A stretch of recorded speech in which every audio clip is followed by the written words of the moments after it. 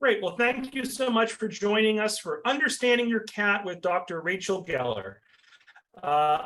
Rachel Geller will deliver a presentation based on her book, Saving the World, One Cat at a Time, What I Know About Cats and Why You Should Know It, in this Zoom webinar. So dubbed the Cat Whisperer, Dr. Rachel Geller will explain common cat behavior problems encountered by owners, followed by a Q&A. So please, as I mentioned, bring your questions and get some expert advice. Whether your cat in question is avoiding the litter box, acting hostile towards others, having separation anxiety, or scratching the furniture, Dr. Geller has easy to implement solutions and answers based on her lifelong understanding of cats and their behavior. Dr. Geller will also offer advice on how to choose the perfect cat for your household and how to integrate your cat successfully into your family. And a little bit more about Dr. Geller. She's a certified cat behavior and retention specialist through the Humane Society and a certified Humane Education Specialist through the Academy of Prosocial Learning. She is currently a cat behaviorist and consultant for several organizations, including the Cat Connection, Here Today, Adopted Tomorrow, Animal Sanctuary, and Baypath Humane Society. And she also provides cat behavior help both locally and throughout the country to her many clients, which include cat owners and shelters. So all 115 of us, let's give a big virtual round of applause to Rachel for joining us here tonight. And Dr. Geller, you can take it away. Thanks so much. Thank you so much for that lovely introduction. And, I will say, as a cat behaviorist, it's not really your typical job that a lot of people hear about or really know what we do. And I am often asked, why do you spend so much of your time helping cats? Maybe you should spend some time helping people. There's a lot of people who could use your help too. But the truth is, whenever you help cats, you're also always helping people. Now, people tend to assume that if a cat has a behavior problem, that problem must be with the cat. Most of the time, this simply is not true. Many of these cats really are not difficult. They actually don't have behavior problems. And the fact is, often their humans have problems or their humans don't understand. And this creates problems for the cats. Now, whenever a human being has a serious problem, such as illness, bereavement, job loss, divorce, a pandemic, you will often find a cat suffering at the other end of it. So I have learned that you really never help a cat without also helping a person. Now, don't get me wrong. I help a lot of people whose cats just won't use that litter box. Cats just scratch on everything except for that lovely scratching post that you brought home for her. And what should you do when you bring home Fluffy as a companion for Puffy? And as it turns out, Puffy didn't want a new brother or sister all that much. But I also help a lot of people in distress. For example, a woman recently contacted me and she started off the whole conversation by saying she had to surrender her cat. She started off by saying she was sure there was really nothing I could possibly do to help. You see, she had cancer and several small children. She was terrified, exhausted, and completely overwhelmed. Amidst all of this, as if that wasn't enough going on, she had an older cat and she was feeling bad. She was feeling guilty that she couldn't give the cat enough attention. This woman and I talked for a very long time. Actually, I did most of the listening and she did a lot of the talking, and that's okay. I listened to her describe her situation. And eventually I said, your children are stressed because you're sick, but they're going to feel even more stressed and more upset if they lose the family cat at the same time. I also reminded her that cats are fundamentally loyal, caring, and incredibly perceptive animals. So if her cat didn't get the same amount of attention for a period of time because she was getting treated for cancer, well, that's what families do. And that cat was part of the family, and that's fine. I explained to her that the cat would surely prefer to give up some attention temporarily rather than to be separated from her family permanently. Sometimes people just need to be reassured. By then, the woman was crying. She said to me, "Do you really think it would be okay for me to keep my cat?" So what I learned in this conversation was that this woman really did not want to give up her cat at all. She wanted to do the right thing. She just really wasn't sure what that was. So in the end, she kept her cat, and I promised my help and support as she went through her cancer treatments. And this is really what I try to do every day. Work to solve behavior problems in cats so people do not have to sacrifice the cats who they love. Now, I do a lot of cat behavior counsels. I do between 900 and 1,000 cat behavior counsels every year. And I do these all completely free of charge. It's my personal mission in life that I never want there to be a financial barrier preventing somebody from keeping their cat in their home when the issue is a behavior problem. But when you work with that many cats and that many people, you start to notice some patterns out there and some myths and strange perceptions about cats. And so I'd like to take this opportunity to highlight a couple of interesting things that I've noticed a lot of people think.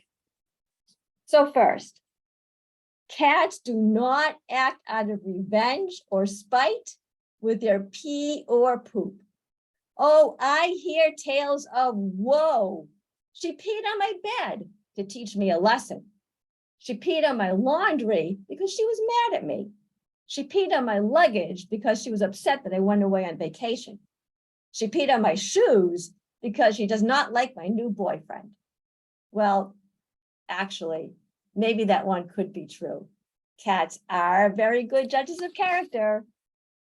But in all seriousness, I want everyone to know that cats do not pee inappropriately out of spite or revenge. Now, I understand that it really is easy to assign human qualities to cats because they actually really do share so many of our emotions. But spite and revenge are qualities that we humans can proudly call our very own. Cats don't pee inappropriately to spite you or to get back at you or to teach you a lesson. Cats don't think in terms of right or wrong the way we do. So if your cat is using the box, she's not doing that because it's the morally correct thing to do. She's using that box because it meets her needs, it's in a good location, it has a litter that she likes, and the box feels safe to her. If she's not using the litter box, she's trying to solve that problem of something being wrong with that box, and she's solving that problem as a cat. So many times when there are litter box issues, it's because there's something wrong with the box or the placement, and she's a cat, so she's using cat tools to find a way to solve that problem. Second, you know that big basket of toys you have sitting in the living room, and every once in a while you throw a few toys on the floor and you say, okay, we're going to play. Or do you have that big bucket and every once in a while, you throw them out or you toss them in the air and you expect your cat to play. And then people say, oh, my cat doesn't like to play. Well, throwing a bunch of solo toys on the floor is not play. With solo toys, the cat has to pretend that he's both the predator and the prey. And this is not very realistic to your cat. So many times people say to me that their cats don't play. Oh, my cat's lazy. She doesn't play. Oh, my cat's fat. She doesn't play. My cat's too old to play. But the problem is we don't take the time to play with our cats in a way that triggers their prey drive. What I see a lot of times happen is people will start to play and they give up too soon. So think about a cat who's really, on a hunt outside to get that prey. She's going to be a little strategic about it. She's going to size up the situation. She wants to figure out all of her moves, like maybe if you're playing a game of chess. So if you start the game and in the middle of her hunting sequence, you decide she's not playing soon enough and you pick up the toy and you walk away, well, you've just inadvertently taught your cat that you're not going to be patient enough to give her a real play session. So it's really important to play in a way that resembles a hunt. And the best way to do this is with a fishing pole type toy. And as you're using the fishing pole type toy, think about simulating a successful hunt.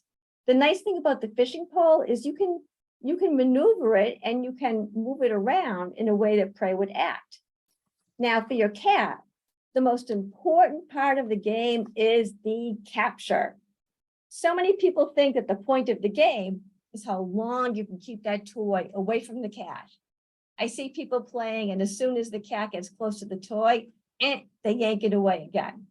But the truth is, you want to let your cat have multiple captures. It's the captures that make the cat feel good. It's the captures that make the cat feel confident. Your cat is going to feel empowered and brave and happy when she has the physical, tangible success that comes from watching, stalking, pouncing, and ultimately capturing. The capturing is the rewarding part. Cats expect to catch and kill, and then they expect to be able to eat their prey after the game. So stay with the game for a while. Intersperse the chasing and the pouncing with plenty of captures. Now, to make it a perfect play experience and to really simulate a hunt, finish the game with one last final capture. And after this final capture, now give your cat a little treat to simulate that feast after the hunt and after the capture. When you follow the capture with a treat, your cat's brain is going to release all of those feel-good chemicals, and your cat's going to feel like king of his territory or queen of her castle. And that's really how you want your cat to feel. The whole point of the game, the whole point of a hunt, is to get that capture and then eat what they caught. So really make sure that you simulate a hunt, multiple captures during the game, and then think about how prey would act. As the game's going on, the prey is getting tired. The prey is getting injured. The prey dies. Wind the game down. Make it realistic. And after that last final juicy capture, we're going to give your cat a little bit of food. And that is going to be life-changing for your cat. I promise you that you'll have a very strong, powerful bonding experience if you play in this way. Now, I've talked a lot about how important the capture is and how we want to simulate a hunt. So now it's time for me to talk about laser pointers. I really wish that pet supply stores did not sell laser pointers as toys. They were developed to be used for PowerPoint presentations in the office, and that is where they should stay. Laser pointers are actually the cause of so many behavior problems in cats. Think about it. Your poor cat is on this futile chase, pointlessly trying to capture that little red dot that can never be captured. Certain of a sure catch, your cat pounces, only to find there's nothing there. There's nothing between his paws. There's nothing in his mouth. There's nothing between his teeth. It's very frustrating for a cat. Laser pointers can create frustration and anxiety in cats. And this is the exact opposite of what we want to do when we play with our cats. Interestingly enough, laser pointers can even create problems between companion cats. If the cat can't get a capture when you're playing with the laser pointer, she's going to try to get that capture and that feeling of being able to bite into something and rip it apart and eat it in some other way. So she may now pounce and stalk the companion cat and take out that frustration and anxiety on a companion cat in the household. And the other thing that she might do is take it out on you. So if you have a cat whose only stimulation and opportunity for hunt is your ankles when you're walking by, you're going to have a cat who bites your ankles for that feeling of satisfaction and capture and really working that prey drive.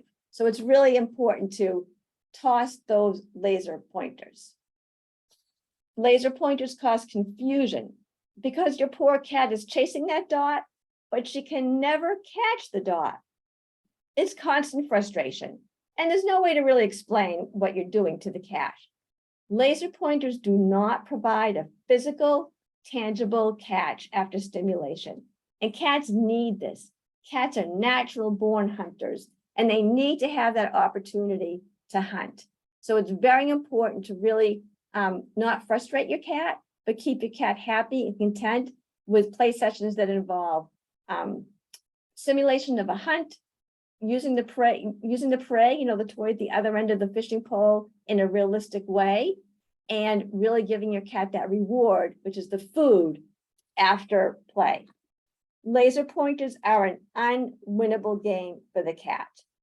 I often find that people who tell me their cats are aggressive or destructive are cats whose owners use laser pointers as their method of play. So play smart, play safe, and play in a way that satisfies your cat's natural hunting muscles, her natural instinct to catch and kill, and use that fishing pole type toy with your cat. You will definitely notice a difference in your cat. So the last little myth I would like to address is cats do not want privacy when it comes to their litter boxes.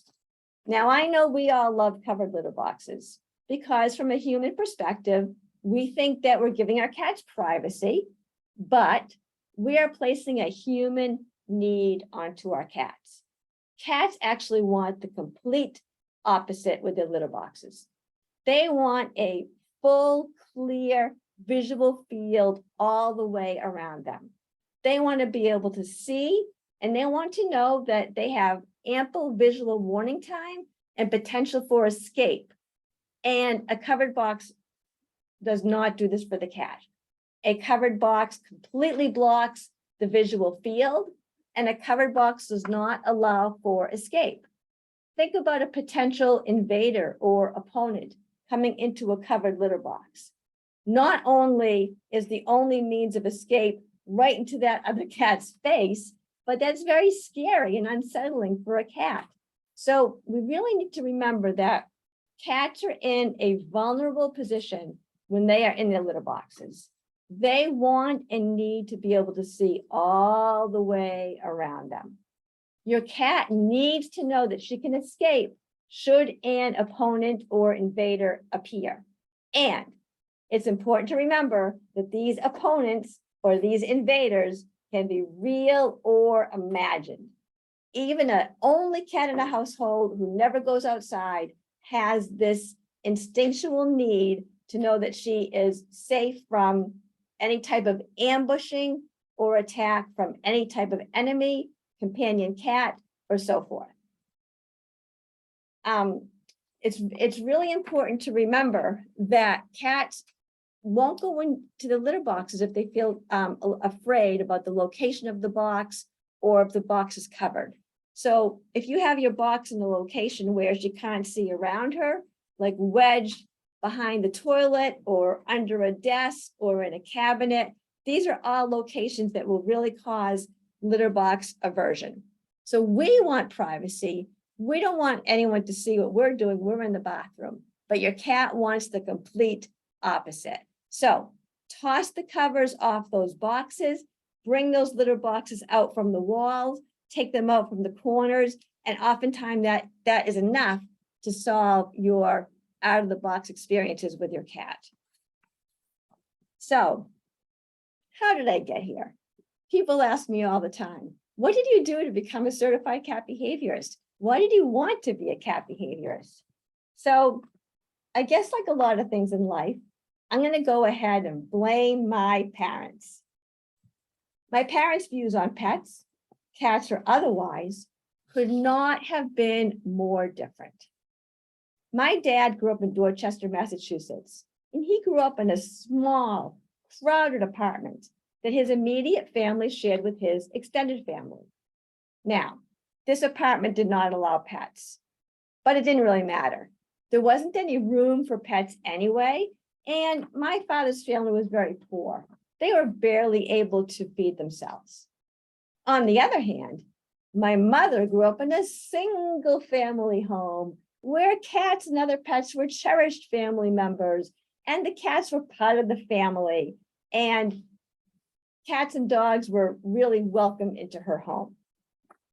Later in their marriage, my parents were forced to strike a bit of a compromise about pets in our home when their firstborn, me, seemed to have discovered an endless parade of cats in the neighborhood who really needed me and who somehow ended up at our house because I had to take care of these cats.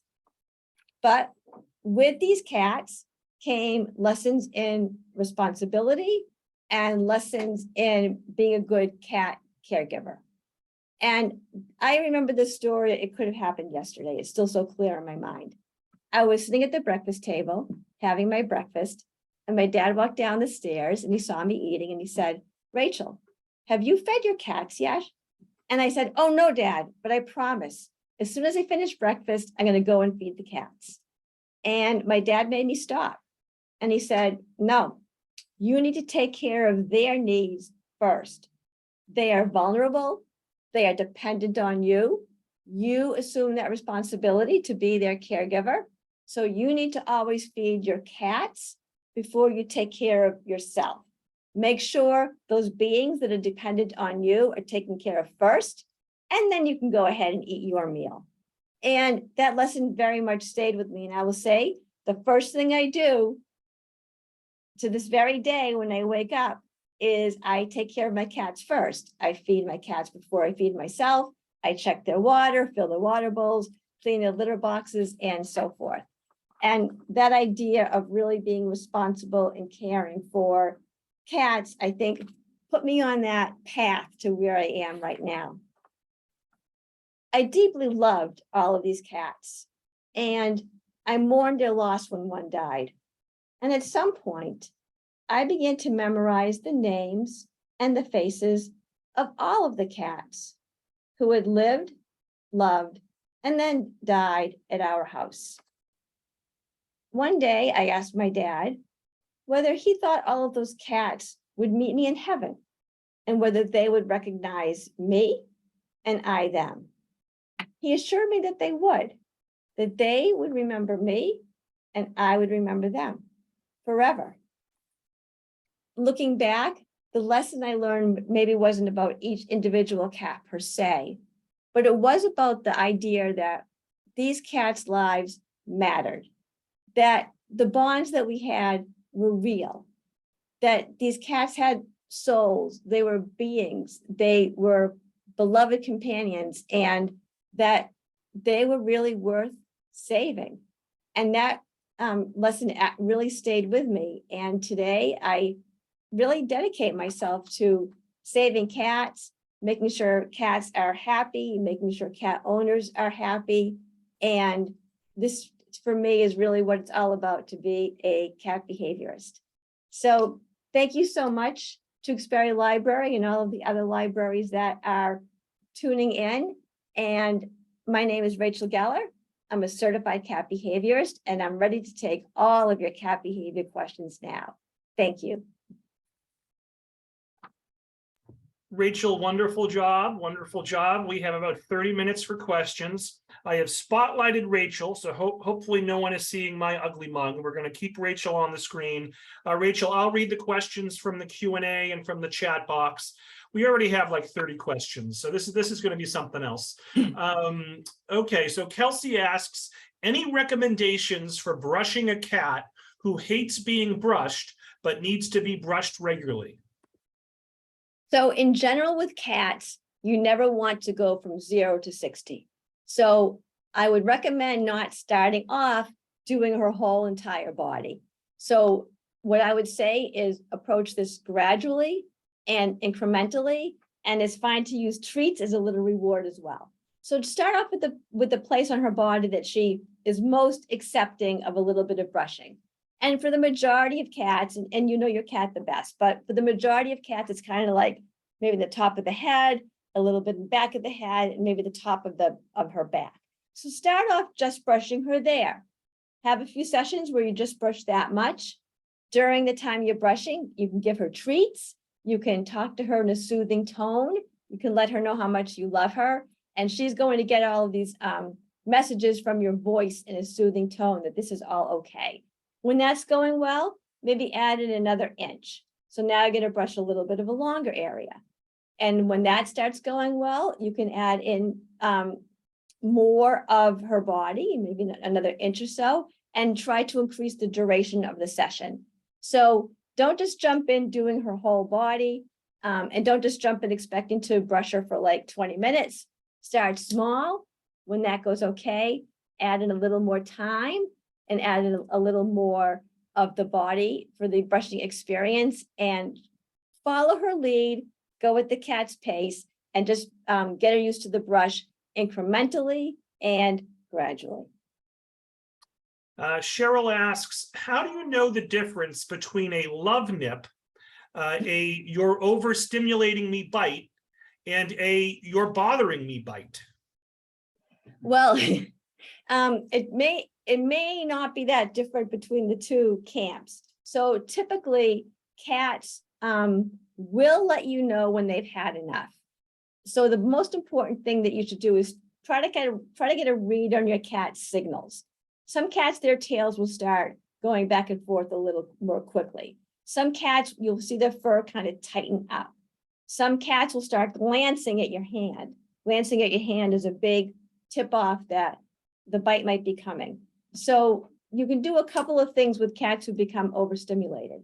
One thing is if you think your cat has petting aggression, so if this happens a lot when you're actually petting your cat, try to get a handle, start keeping track of how long that cat will allow petting before that switch flips and she turns around and bites. So for example, let's say your cat will let her pet her for 2 minutes, and when you start going over that threshold, a bite happens. So from now on, stay below that threshold. Don't let it get to the point of overstimulation, and only pet her for 1 minute. So keep it under that kind of line, just pet her and then stop. So now what you're doing is you are leaving her in a feeling of being very content before she gets to that point of overstimulation. So it's always better to leave the cat content and perhaps even wishing she had more rather than getting to the point where she doesn't like it anymore. So that's one thing you could do if it happens during petting. The other thing is, going back to the play that I talked about. If your cat is not getting enough stimulation, which is not getting enough opportunities to sink her teeth into something through play sessions that simulate a hunt, those are times you'll see your cat bite as well. So my two-pronged advice is add in interactive play sessions to your day with your cat. Make sure she gets plenty of captures, final capture, food, so she sinks her teeth into something that's realistic, and just be aware of those signals and stay below her threshold of overstimulation. So speaking of food, Deborah asks, why do cats not like to eat cold, wet food? And Jill asks, what is the best wet food to feed your cat? Okay, well, I don't really like to eat cold, wet food either, so I can kind of relate to that. It doesn't sound that enticing. But, cats are all very individual. So some cats like the food a little warmer because that tends to release the aromas. So maybe if your cat is older or she just doesn't have a great sense of smell, food that is cold and wet doesn't release the same type of aroma as smells for the cat. But it's very individual. There are cats who like the food a little chilled. There are cats who like to play with ice cubes. So it all depends on your cat. In terms of what cat food I recommend, I always say to people, I recommend the cat food that your cat will eat and that fits into your budget. So, there are all kinds of very high-end cat foods and organic and, so forth. But if your cat doesn't like it, it's not going to be, that beneficial to your cat. So, choose a food that if you go to any, reputable pet supply store like Petco or PetSmart or, Amazon or Chewy or any of those types of places, they're going to sell food that has been identified as nutritionally acceptable for a cat. So, find what she likes. If your cat tends to only like dry food, just make sure she has plenty of water available, because they're not going to be getting the water content that they would with wet food. But at the end of the day, so many cats are very picky about not only flavors, but texture, temperature, all that type of stuff. So, find what she likes and stick with that. I always say to people, don't go crazy with all these different types of cat food. I mean, if you walk down the aisle of a pet supply store, there's like hundreds of different combinations. But if your cat was outside, she wouldn't be getting that selection of shrimp feast with chicken and tuna fricassee with rice. So you don't really need to offer a lot of options. Isa asks, do you prefer scheduled feedings or free feeding cats, especially in a multi-cat household? And we also had a question earlier. Someone wanted to know, what is the name of your cat? Okay, so I'll save the names after I answer the question. Sure. So what was the first question? Yeah, I'm sorry. I just saw your cat pop up, so I wanted to ask their name.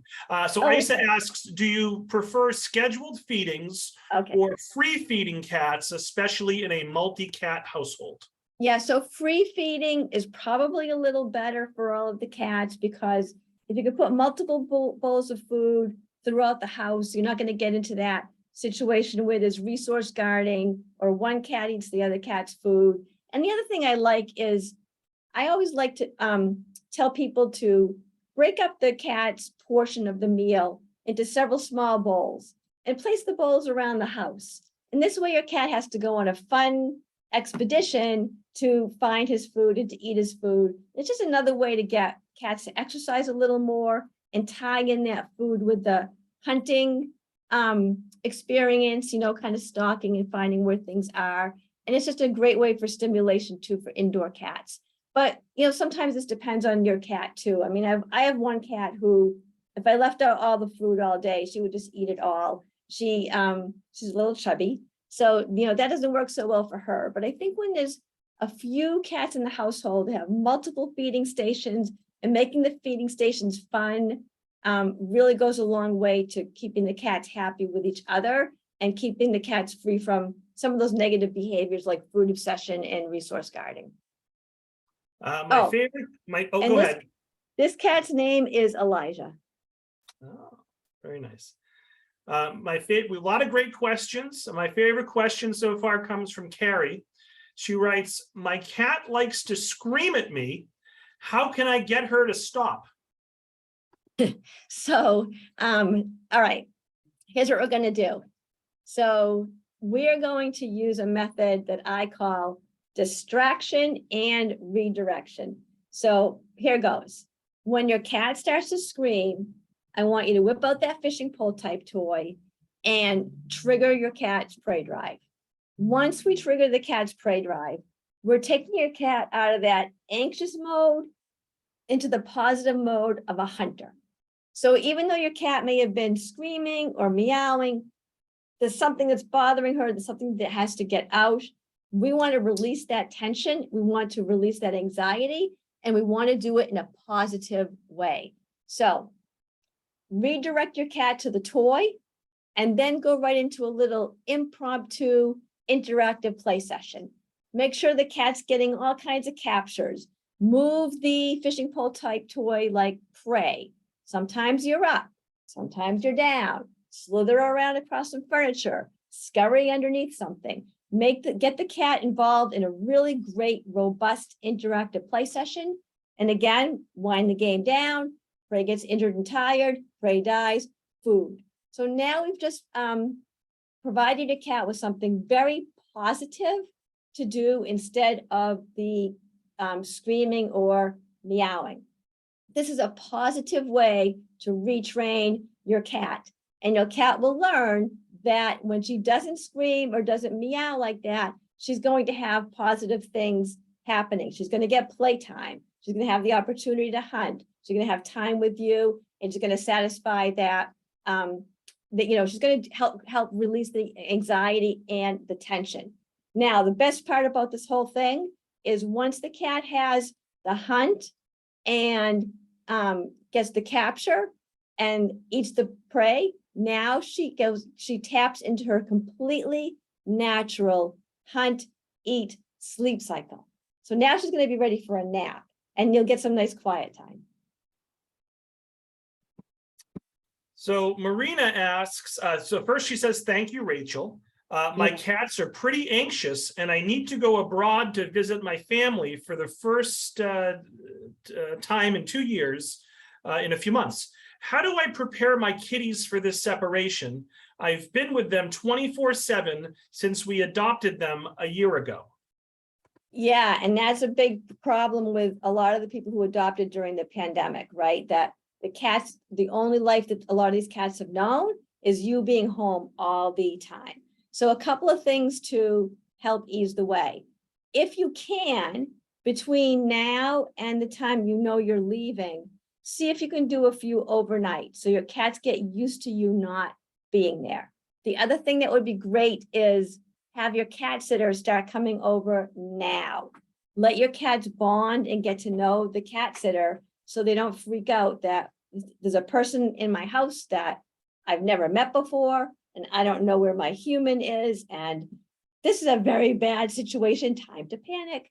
So you really want to make sure that the cats start gradually getting used to you not being in the house all the time. If you're working from home, you'll try to go out and do your work in some other places. Try to take a couple of weekends away, get the cat used to you not being there. And it's really important to have that cat sitter come over, have the cat sitter play with the cats, have the cat sitter interact with the cats, have the cat sitter feed the cats. So this will really help. Chances are your cats are going to be a little anxious anyway, just because it's going to be a very big change. But the more we can do to replicate what their life will be like while you're gone, the better off your cats are going to be. You could try plugins too, like Feel Away or Comfort Zone. That might help as well. Allison asks, how do I get my cat to stop bringing baby bunnies and chipmunks into the house? Well, cats, some cats are very proud of their captures and they want to share, and they're looking at this as, love. So from a cat's perspective, this is really a very nice gesture. Although from the human perspective, we're not so thrilled with having dead rodents and bunnies and so forth, in the house. So if there's a way that you can greet the cat, maybe in the vestibule, or if you have a mudroom before the cat comes in, that would probably be, the best thing that you can do. Sometimes I say to people to try to have a greeting area, in a place where it's kind of neutral and not coming into the house. And then that cat will get used to that greeting area as the place to sort of deposit the things that she's bringing in. You can also use a fishing pole toy again, when the cat first comes into the house, and kind of distract her from, the prey that she has, and get her a little bit interested in the prey with the toy. And then she'll release the dead animal. You can kind of toss it out. But, in general, that's something that the cat is doing out of love. So it would be kind of, that's a tough one to break because the cat's doing it as a gift. But see if you can set up like a little greeting area right where the door is, and make it a positive place. Like that's the place that you always greet your cat. It's the place where you pet your cat. It's a place where you maybe talk in a nice tone to your cat, and sort of make that the area that the hellos and goodbyes happen, and she'll get used to dropping her captures there.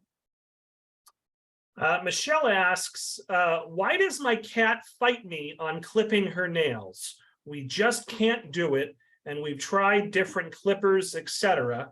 And Karen says, I assume nail clipping is the same procedure as brushing, but if there's anything else you could add for successful nail trimmings, what would it be? Yeah, so it's definitely the same idea. When the cat is very young, you want to start off touching her paws a lot, getting the cats used to having her paws touched. You want to kind of put your hand into that paw pad and separate out the nails, all those feelings and movements that you need to do for nail clipping. The younger you can start with the cat, getting used to it, the better. So not everybody has that situation. If you adopted a cat when she was older, that ship may have sailed a little bit.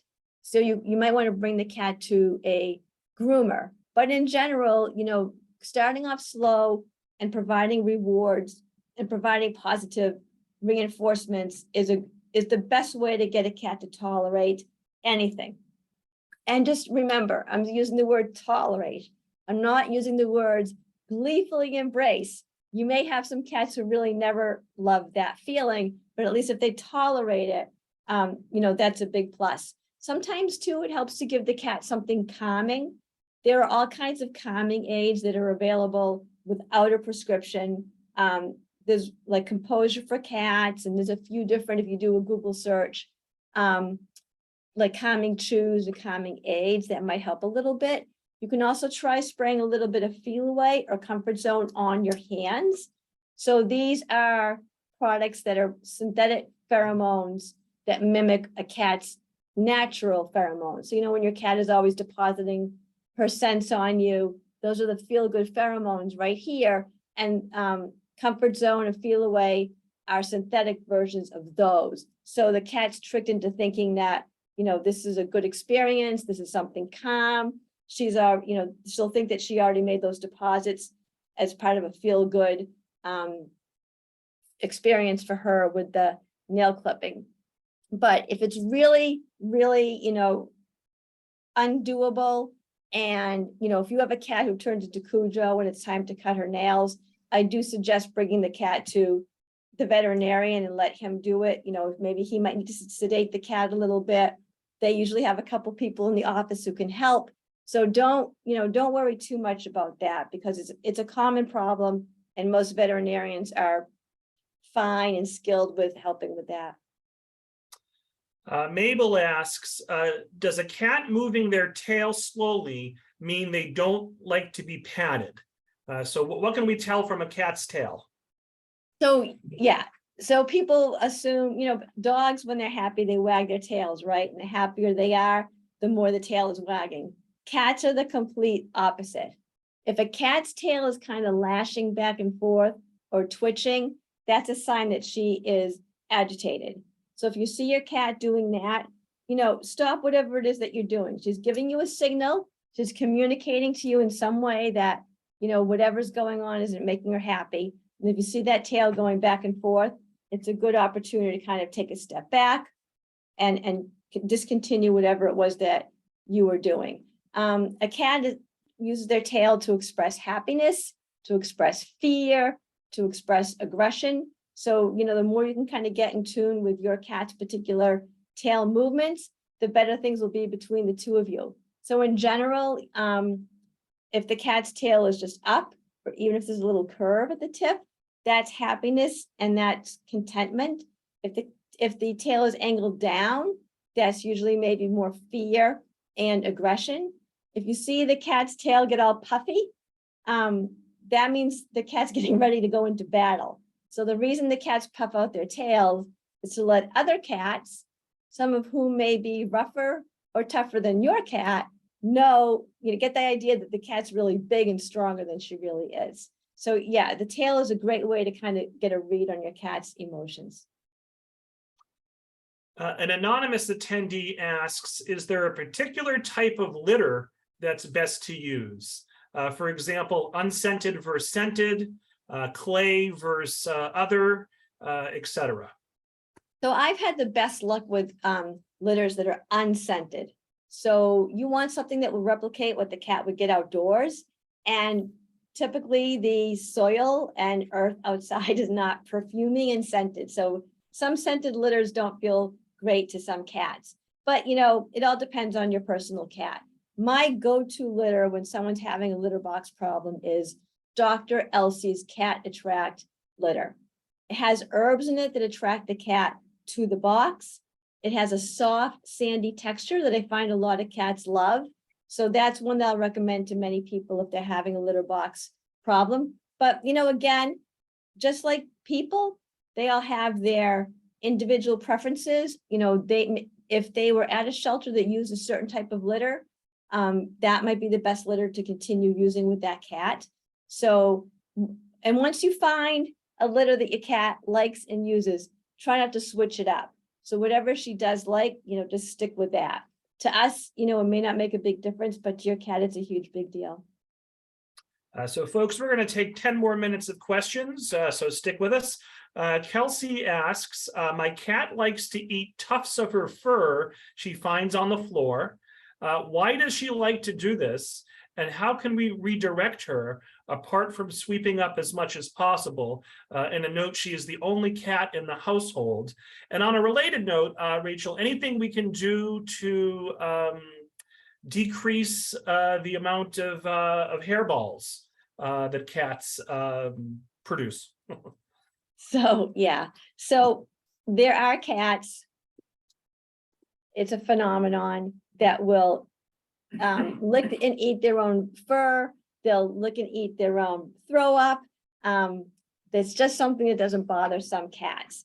So if your cat is the type of cat that licks and eats the fur on the floor, I mean, rest assured, it's not going to really hurt her any. It probably seems more yucky to us than it does to the cat. But there's so many reasons why a cat may eat something that we don't want that cat to eat. Maybe the cat's not getting enough fiber in her diet. Maybe it's just reassuring to be eating something that has her smell on it. There are many, many different reasons. Sometimes I'll say to people, if their cats are chewing on things like plastic or their own fur or whatever, to add a little plain pumpkin puree into their cat food. There are many cat food brands that make plain pumpkin puree that's designed for cats.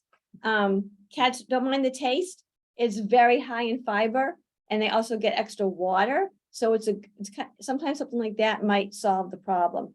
You can always distract and redirect a cat from doing something you don't want her to do. So if you see her go to her fur, you can certainly whip out that fishing pole type toy, engage the prey drive, move her away from that fur as her eating target into something more positive, again, having to do with captures and a feast after the hunt.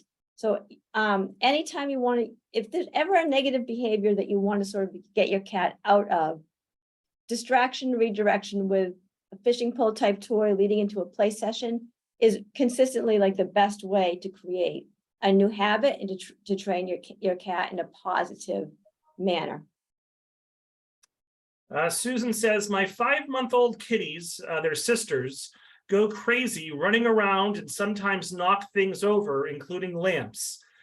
Do you think they'll outgrow this? And your information has been very helpful. Thank you. Thank you. So if they're very young, yes, chances are they will outgrow some of this. If your cat is getting, having fun by knocking things over, again, add in more play and stimulation to your cat's life. So if your cat's only form of stimulation and fun is to knock things over, that's what she's going to do. They need to be stimulated. They need to get captures. They need to stalk. They need to run around. So add in a couple of play sessions to your cat's world, and that could possibly solve the problem. The other thing you could do is provide some other enticing things that don't involve knocking over a vase or whatever. So I'm a big fan of a toy called a puzzle feeder. So what this is a type of toy where the cat has to overcome some challenge or manipulate the toy in some way that will yield some food when she gets it correctly. So it's very stimulating for a cat. It keeps the cat busy. Busy cats are cats who aren't going to run about the house and be destructive.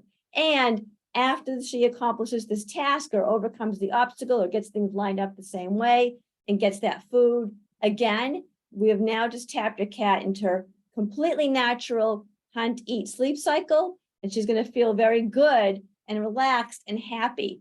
And when you get your cat feeling good and relaxed and happy after doing, one of these techniques, interactive play or the puzzle feeders, she's going to go to that again the next time she wants to get stimulation or release energy or stress, because that was very rewarding, way more rewarding than, knocking something off a shelf. So many great questions. Jennifer says, my boys moved away for college and now our cat is seemingly lonely and depressed. How can I help? Oh, yeah, that's a tough one. You know, cats are very reactive to change. Cats like predictability. Your cat's perfect life would be, you know, if every morning she woke up at the same time, you never left the house, your kids never got any older, you never made any changes, you never got new furniture. So change does stress out a cat, and stress is a cat's worst enemy. So again, let's add in a few interactive play sessions so the cat boosts confidence, the cat feels good, the cat creates new positive associations with her home without your kids now that they're off. So add, you know, whenever the cat loses something, you always want to add in an equally enticing and appealing activity, maybe even better. So, you know, add in those puzzle feeders, add in those interactive play sessions, add in some distraction and redirection. And even things like cat grass, you know, they can kind of munch on and have fun with. Think of things you can add into the cat's life to replace the part of her life that she lost. We have a couple questions along these lines. Lily asks, why does my cat lick and chew plastic bags? So yeah, this is actually pretty common in cats, and there's a few reasons why. Some of these bags are actually made with a product that is a derivative of meat. So some of these plastic bags actually have an ingredient in them. We can't smell it because our sense of smell is not as good as the cat's. But sometimes the cats detect that meat or beef byproduct in the plastic bags. And so they want to, you know, lick and chew it. Some cats, it's pica behavior, which means it's a nervous habit. If your cat is chewing on plastic because of nerves, again, this is a cat we want to get to chew and bite appropriately. So here's a cat who needs more interactive play. Some cats go after the plastic for the fiber issue. We don't always know why, but for whatever reason, there are some cats who do need more fiber in their diets. So those are the three most common reasons that your cat is going after the plastic. So, you know, keep it away from the cat the best you can and add in some other things. You know, we're taking the plastic away, so we want to add in something just as good. So puzzle feeders, try the pumpkin puree for the fiber, interactive play sessions, interactive solo toys, and that will help. Deborah asks, how do I get my cat to the vet without a hassle? So, yeah, they really don't like the carriers too much, right? Because to your cat, it's just basically a traveling prison cell to a scary place. So they learn that pretty quickly. So what I usually recommend to people is have the carrier out in a room, like it's just another benign piece of furniture. Take the door off or tie the door back with a pipe cleaner so the door won't slam. Line the carrier with some cozy blankets or quilts, maybe spray the carrier with Feel Away, and just have it out in your room in a place where you guys hang around a lot. Oh, it's just another cozy place to get in and have a nap. And then we want to start a process where we work to get the cat used to being in the carrier. So maybe put some treats or food, you know, right outside the carrier. And when they're eating those, see if you can get the food in the carrier. See if the cat will go into the carrier, eat the treat, and then come out. So once we have the cat venturing into the carrier a little bit with the treats, now we can move forward. So the next time the cat goes into the carrier, close the door, hold it a few seconds, open the door, and let the cat back out. Now, don't do this every time the cat goes in for a treat, because we want this to be intermittent. So sometimes the cat gets the treat and come back out. Sometimes the cat gets the treat, the door closes, hold it for a few seconds, open the door, let the cat back out. Once this is going okay, now we're going to go on a little trip, sort of. So cat goes into the carrier, eats the treat, you close the door, walk around your house, place the carrier back in the exact spot that it was, let the cat out. Do this a few times. When that's going well, now we can maybe take the cat into the carrier to the car, drive around the neighborhood, come back, carrier goes back in its spot, cat comes out, and everything's fine. So what we want to do is teach the cat that for the most part, nothing terrible is going to happen when she gets into that carrier.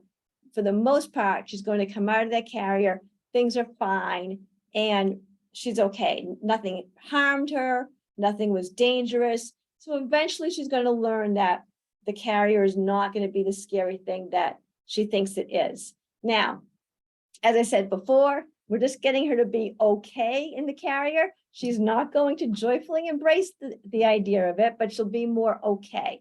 You can also, again, there are calming chews. There are all kinds of products on the market to help a cat, relax. And, worst case scenario, talk to your veterinarian about maybe a little bit of a sedative to help the cat, not be so terrified. Because if you think about it, if somebody put you into a box and brought you to a very strange place, you'd be calling the police. So it is very scary to a cat. So Rachel, we're going to begin to wind it down. Folks in the chat, if you haven't already, let Dr. Geller know how much you enjoyed tonight's presentation. And Rachel, let me ask you two last questions. We did start a couple of minutes late because my laptop wanted to do an update, of course. So Lisa asks, is there a particular kind of cat you recommend for an older first-time cat owner? Well, if the person is older, the first thing I would say is get an older cat, because from my perspective, for a senior citizen to adopt a very young cat, we don't want the cat to outlive the person and then have the cat be without a home. So the first thing I say is consider age. I'm a big fan of senior cats for senior citizens. But you don't want a cat who's probably overly playful. You maybe want a cat who's more of a lap cat. And if you go into a shelter and you talk to the shelter staff about their cats, they can direct you to the cats who are like a little more, more into kind of napping and cuddling than they are running around the house and jumping and playing. So there are so many different personalities. The cats are all very different. But I find the best thing to do is when you go to adopt, let the shelter know the type of cat that you are looking for, and they can make that match. They always know the personalities, the mannerisms, and so forth of their cats. There are breeds like Maine Coons and you don't even have to have like a full pedigreed Maine Coon. Even a cat who has some Maine Coon in her tend to be very affectionate, they'll follow you around. But honestly, your basic domestic short hair cat, there's many cats who that's their nature and their, their manner as well. So I would say the number one thing is talk, have a good conversation with the place where you're adopting the cat, and, make sure that the person really spends some time with the cat before adopting, and hopefully you'll have a good match. And Rachel, final question, how can someone find out more information about you if they want to follow up with you? Yeah, so if I didn't get to your question tonight, or if you want to follow up, you can go to my website, drrachelcatbehavior.com. I do all of my work completely free of charge, so feel free to submit your question, and I'll get to you as soon as I can. But I have some videos and things too on my website, so maybe some of your questions may even be answered by a video that I have. But yeah, drrachelcatbehavior.com. I figured some people might be eating dinner, so I skipped all the pee and poop questions, Rachel. So yeah, we really only got to about half the questions. Really great audience engagement. Lots of questions and comments, which is always a good sign. Rachel, I want to thank you for donating your time tonight and being so generous with it. And I again want to thank the partnering libraries, including Atkinson, Merrimack, Georgetown, Danvers, Raleigh, Ashland, Wilmington, Clinton, and Andover. I want to remind folks you'll get an email from me tomorrow morning with a link to a feedback survey. Please take 30 seconds and fill that out. And also you'll get a link to this recording. Rachel, any last words before we wrap up? I would say my last words are, I'm happy to come back and do this again if you feel like there are a lot of people who still might want to have their question answered in this interactive format. But so thrilled that so many people took time out of their busy weeks to learn about cats. That just makes me very, very happy. There's a lot of options out there, and you guys chose to learn more about your cat. So yay, thank you. All right. Thank you so much, Rachel. Thank you all. Everyone have a great rest of your night. Bye-bye. Bye.